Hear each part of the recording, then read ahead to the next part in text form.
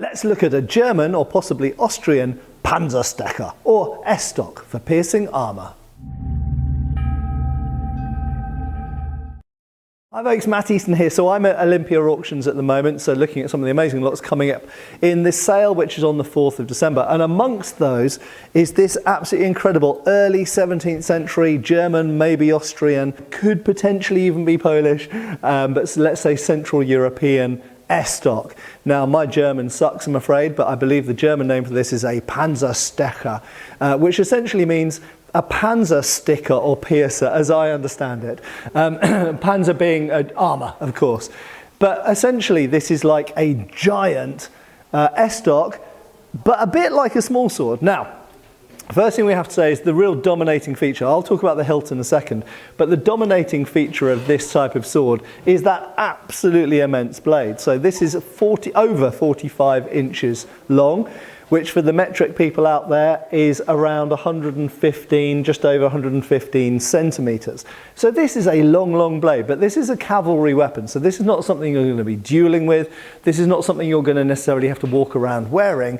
This is something attached to your horse. So this is very similar to the Polish koncierz, I think it's pronounced, that was used by the winged lancers, also in the 17th century. This is the German-Austrian equivalent of it. So this is a weapon really, so you have to bear in mind that we're talking about the early 17th century. So this is a transitional period between what you might think of as more typical sort of Renaissance pike and shot battles, as we're coming into the age, still pike and shot, but we're coming into the age where, for the most part, armour is playing less of a role on the battlefield, but it is still present for heavy cavalry. Moreover, a lot of these places in Central and Eastern Europe at this time are in conflict with people like the Ottomans, who were still making use of mail or chainmail. So what we find is, if we look at the Polish winged lancers, for example, they are wearing a cuirass. They are essentially cuirassiers. They are wearing armour. Most cavalry at this time are starting to wear less and less armour. They might wear a helmet, they might wear a breastplate, sometimes, but many of them don't. But the cuirassiers, the heavy armoured cavalry, were still a major factor at this time. So, what we find is, in Central Europe, we find that cavalry start to carry very often 2 swords and an additional hand weapon. They also have firearms, or sometimes bows, or sometimes lances. So we might find, for example, a janissary or a winged lancer might have a lance, a firearm or a bow, as well as a shabla or sabre, as well as a straight piercing sword like this. So this can be used instead of the lance, or as a backup to the lance, or it can be only deployed against people who are wearing heavy armour. So if your usual sidearm is a shabla, a sabre, but you come up against an opponent who is dressed head to foot in mail, aka chainmail, or perhaps even elements of plate armour, then you might sheathe your shabla or sabre, and you might draw out your panzer piercer, your armour piercer instead. So this blade, we talked about the length of it, but it is not heavy and it is not cumbersome because it is triangular section. So let's have a look at that there. You will notice, exactly like a small sword, it has a triangular cross-section blade. There we go.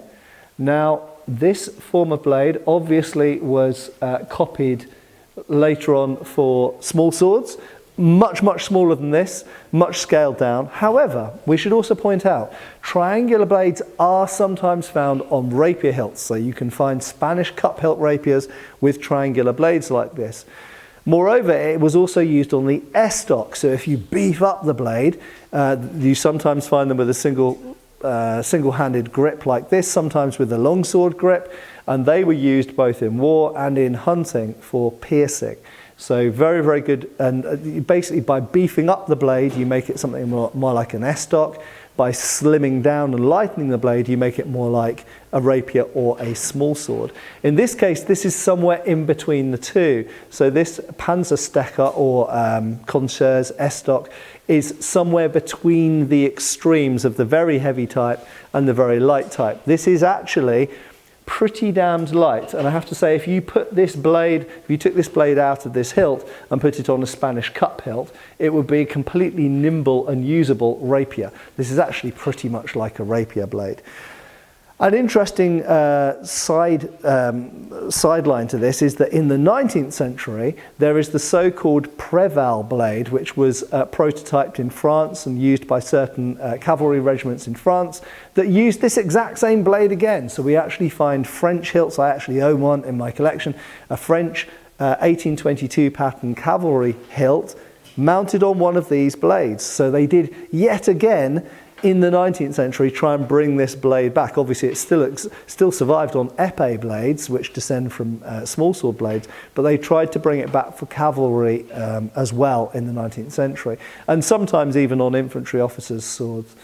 So this particular style of hilt, incidentally, is a type of hilt that you find in Austria and Hungary and Poland.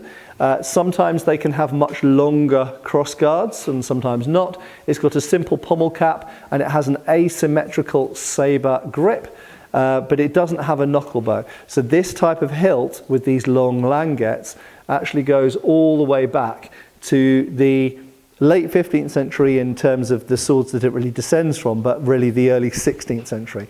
So we start to find this hilt on Schabler or sabre blades already in the 16th century, and then they kept this type of hilt going forwards into the 17th century on this type of specialised armour-piercing sword. Now I think some people might assume, because these are referred to as armour-piercing swords, that these are heavy, and they're not always. And this particular example only weighs 670 grams. It's really, really light, which is why I say if you married this blade with a cup hilt, you'd end up with a really nimble and really nicely handling rapier. So, as I say, sometimes I think because people see these as cavalry weapons and anti-armour weapons, they assume these are going to be quite cumbersome and heavy, but that is only 670 grams. And actually, ironically, if you put a rapier hilt on it, the rapier hilt would be heavier than this hilt. So it would end up being probably a 900 gram weapon, maybe a 1,000 gram weapon at the end of the day. But the blade itself is really quite light. And that type of hilt, very minimalist, very light, doesn't add an awful lot to it. 670 grams, isn't that incredible? Anyway, I hope you've enjoyed seeing this. This is not something I've ever featured on the channel before, but maybe in the future, if there's an appetite for it, I could do a deeper dive into the estoc, the concerts and the associated weapons, and indeed this. And if you'd like to see that, then get posting in the comments down below. But anyway, thanks a lot to Olympia Auctions for having me over and featuring this amazing piece that's coming up for auction on the 4th of December. And hopefully I will see you back on the channel really soon. Cheers, folks. Thanks for watching. We've got extra videos on Patreon. Please give our Facebook a like and subscribe if you haven't already. Cheers, folks.